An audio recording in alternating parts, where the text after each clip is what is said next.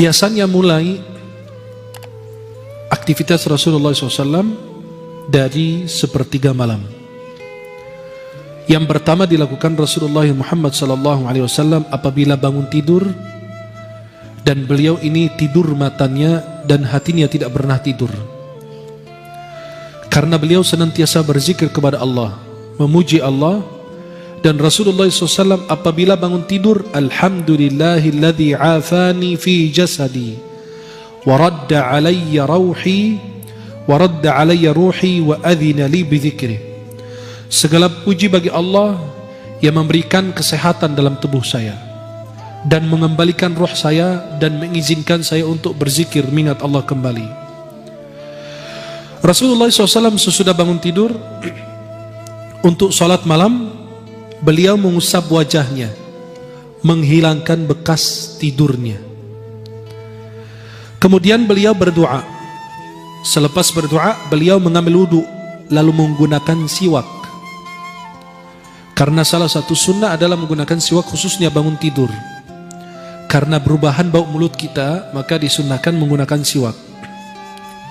Kemudian Rasulullah mendirikan salat malam. Beliau SAW salat malam sehingga kakinya bengkak SAW. Sampai istri beliau dan keluarganya sayang sama Nabi, kasihan sama beliau.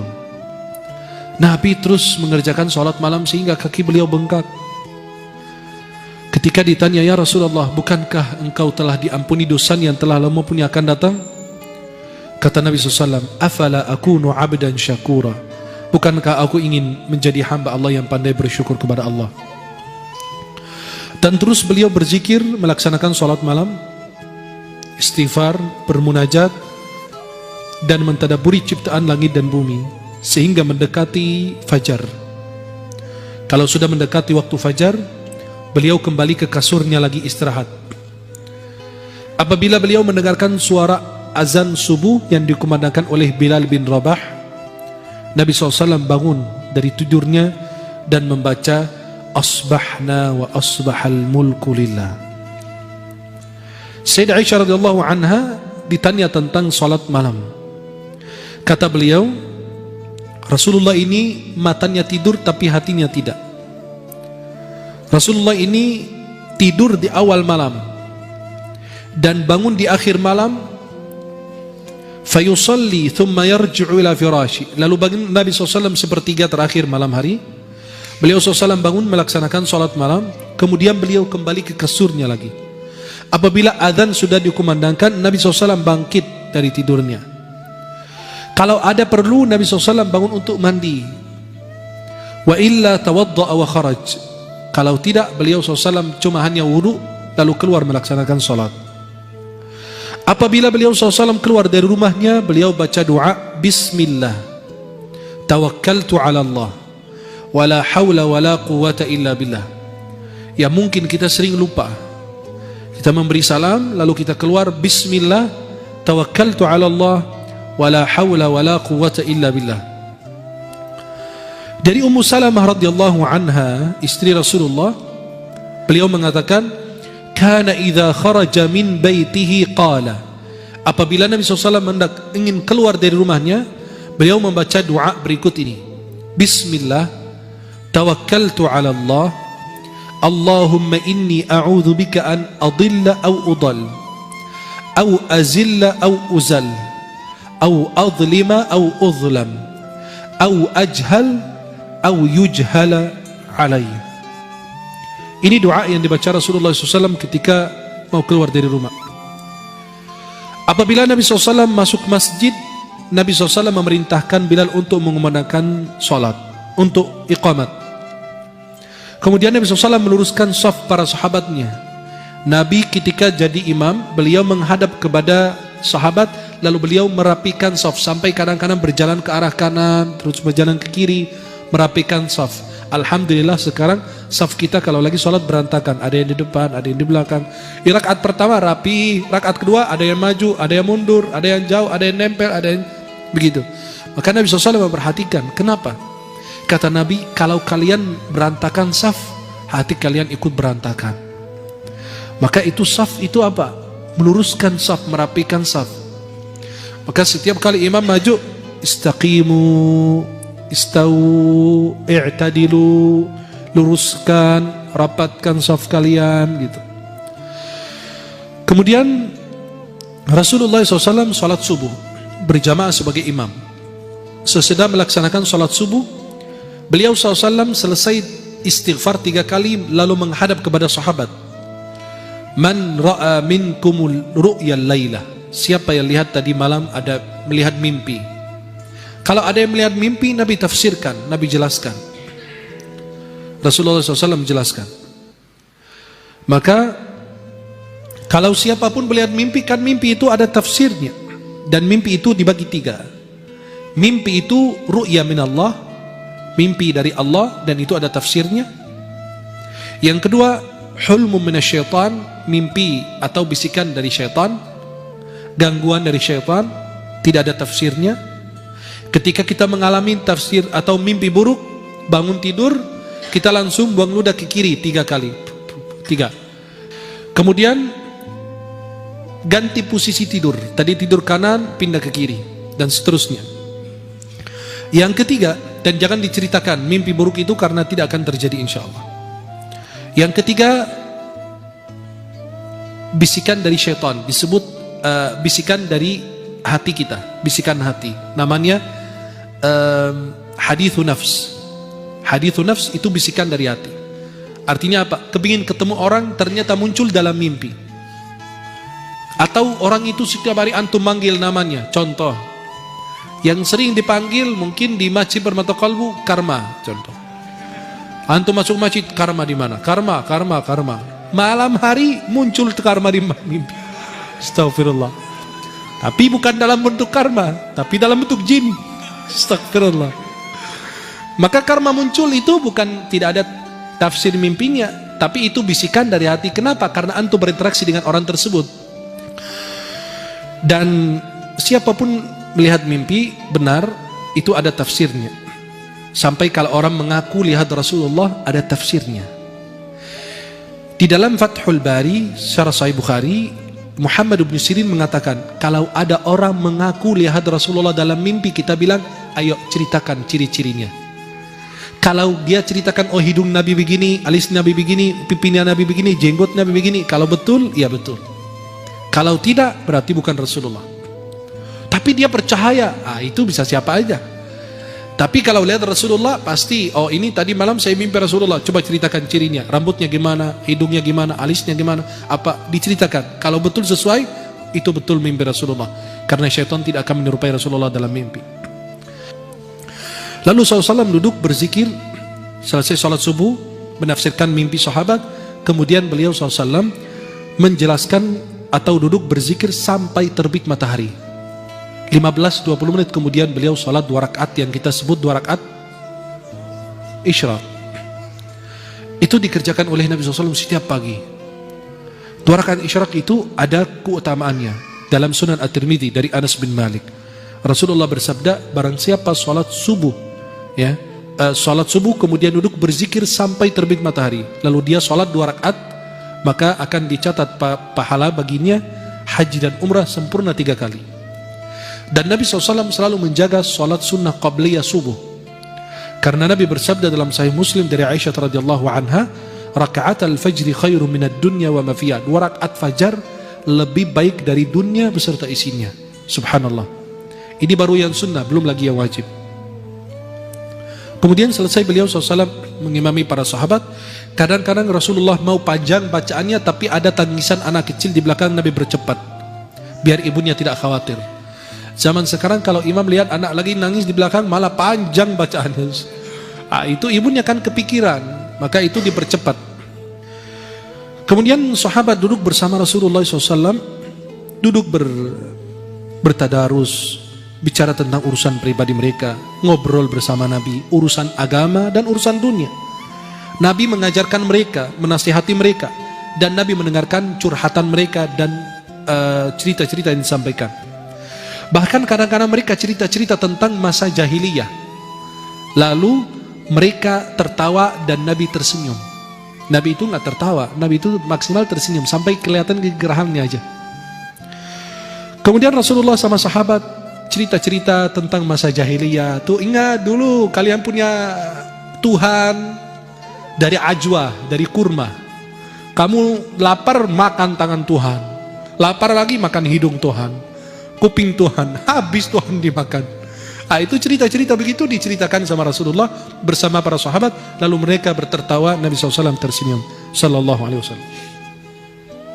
Nabi SAW mensunnahkan untuk sholat duha, dan Nabi SAW terus menerus melakukannya.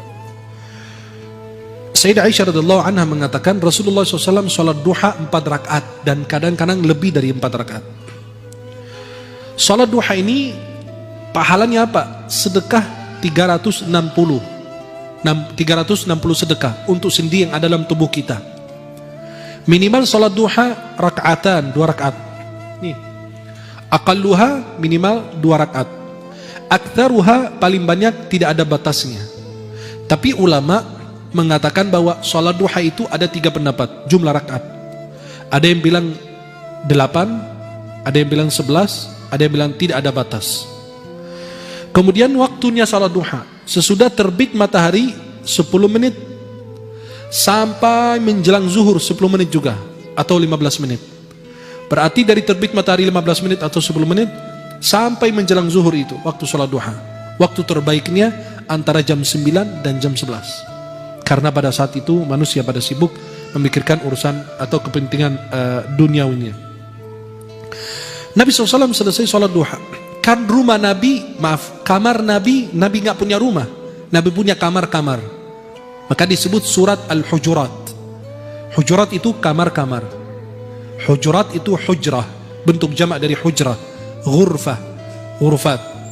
Maka itu kamar-kamar istri Nabi di sebelah-sebelah masjid. Maka Sayyidah Aisyah ketika Rasulullah meninggal dan dimakamkan, dan kita kasih lihat fotonya, dia bikin sekat, kan kamarnya cuma 1. Sayyidah Aisyah bikin sekat kayak hordeng ini, ada makam Rasulullah, Abu Bakar, Umar, dan di situ sebelahnya beliau buat tidur. Subhanallah. Segitu kesederhanaan Rasulullah. Kita Masya Allah, kalau nggak punya 100 kamar nggak puas. Kita menghuninya cuma 5 kamar, sisanya buat jin.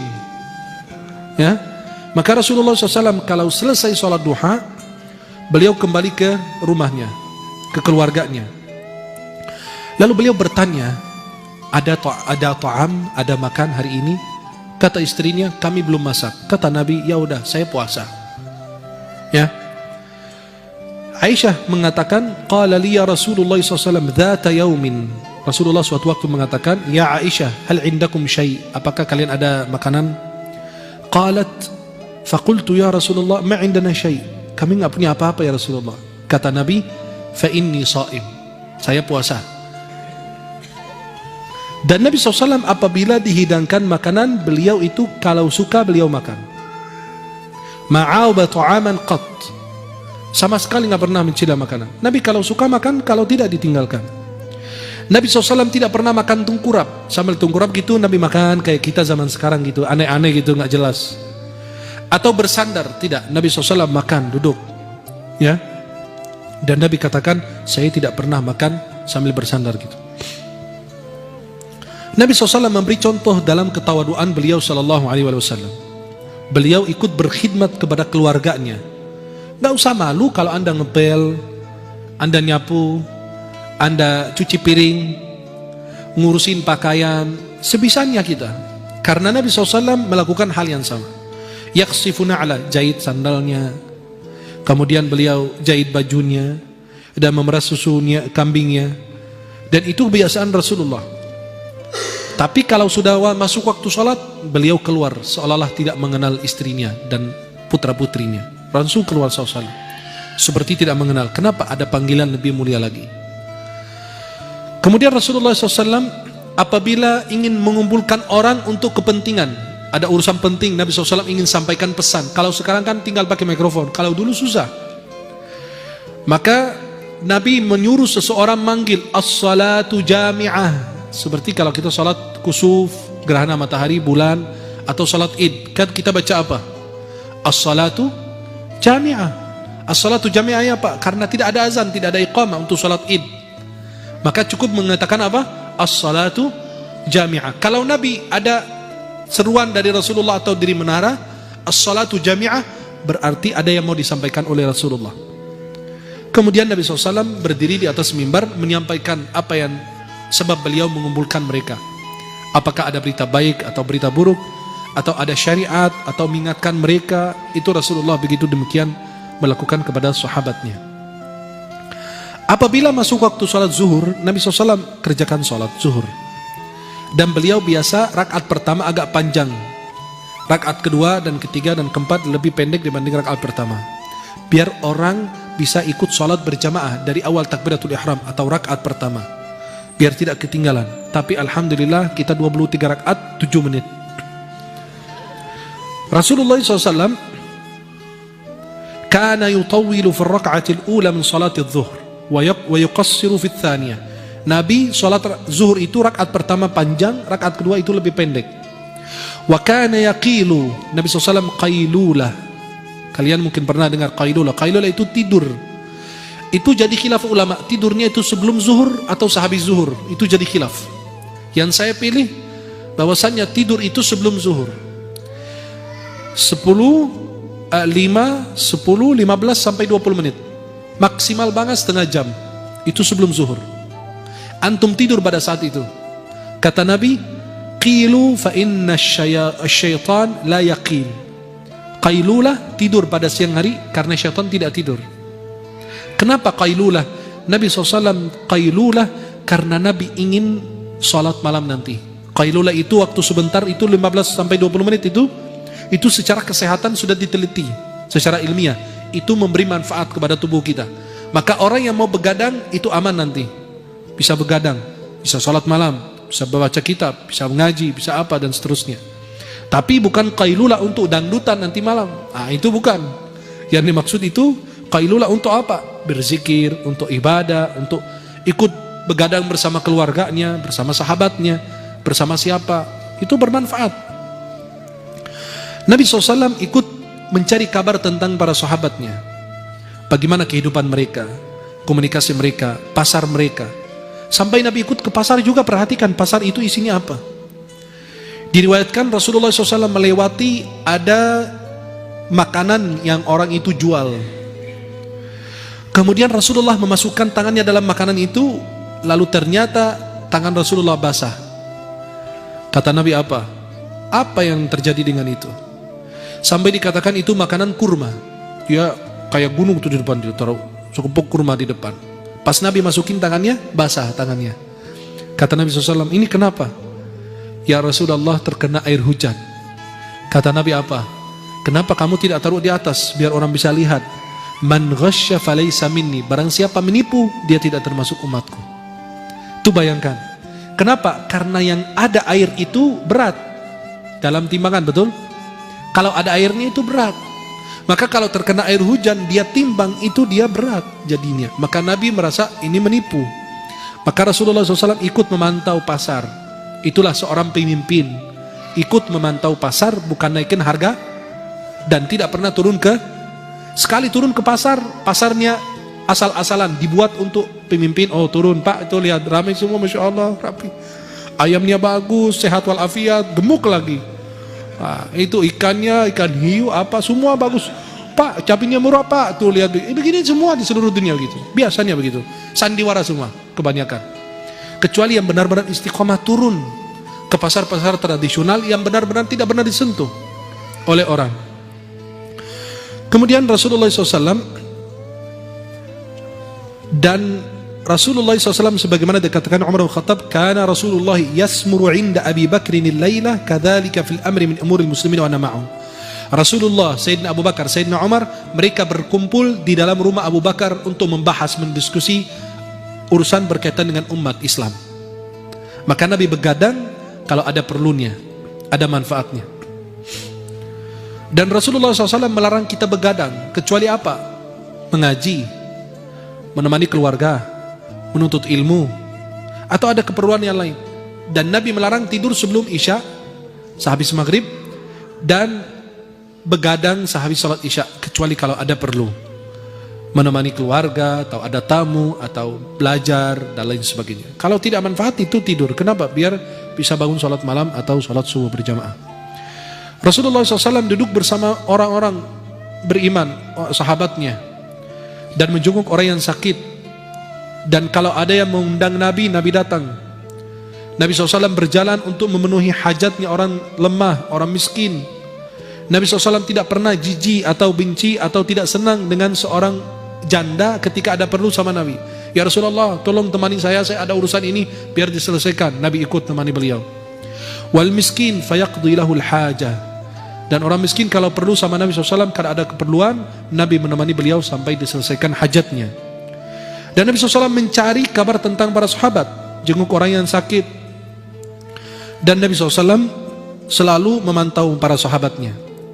Dan inilah kehidupan Rasulullah SAW, mengingatkan mereka, mendakwai mereka, amar ma'ruf, nahi munkar, menjenguk orang yang sakit, dan menolong orang yang membutuhkan pertolongan.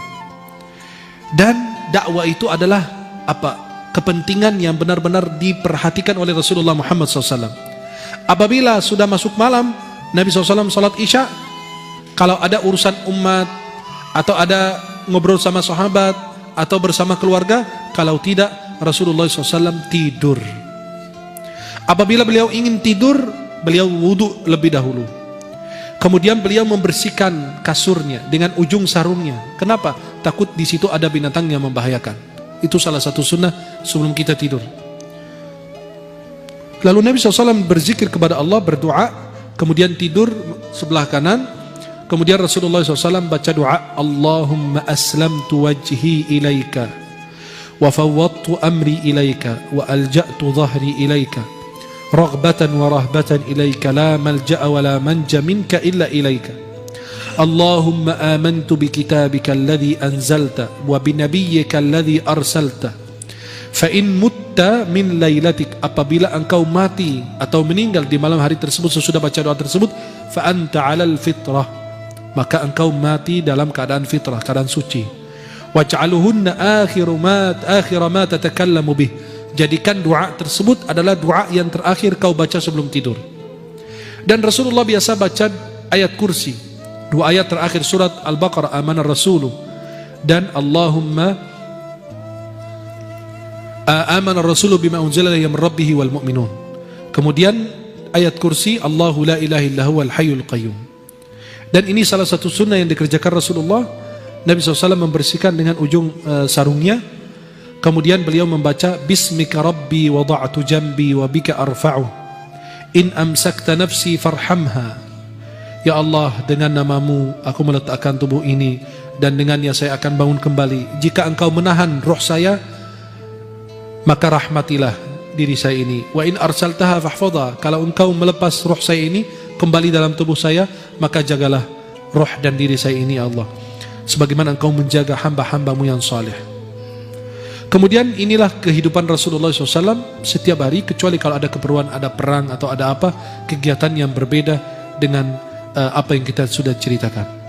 Maka kehidupan Rasulullah SAW lillahi ta'ala, Qul inna salati wa nusuki wa mahyaya wa mamati lillahi rabbil alamin.